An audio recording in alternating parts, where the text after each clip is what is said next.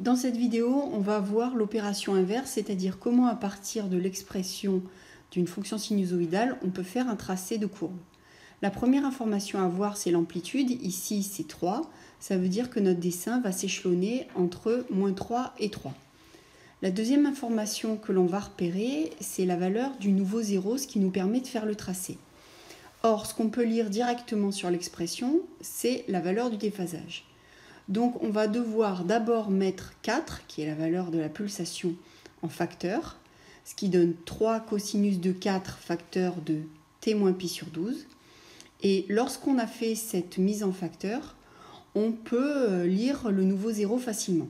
Donc le déphasage qu'on lit sur la première expression, c'est moins pi sur 3. Et ce n'est pas ce qui va nous servir à faire le dessin. Ce qui va nous servir à faire le dessin, c'est le nouveau 0 qu'on peut lire en ayant fait cette mise en facteur. Et le nouveau 0, ici, vaut pi sur 12. Donc on trace pi sur 12 justement sur notre graphique.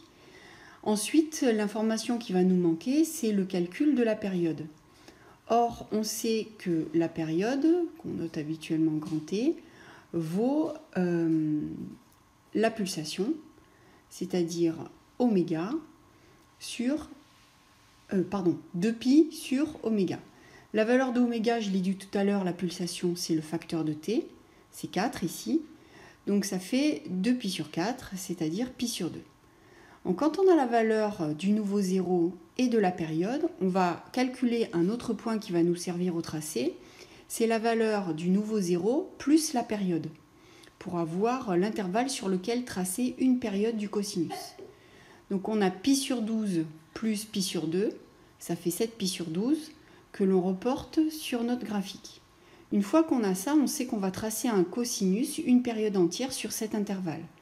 Or un cosinus, en 0, il vaut l'amplitude, c'est-à-dire 3. Donc on trace les deux points qui vont nous servir de repère, plus au milieu la valeur minimale du cosinus qui nous permet de tracer une période et en continuant le tracé, d'avoir une allure de notre courbe.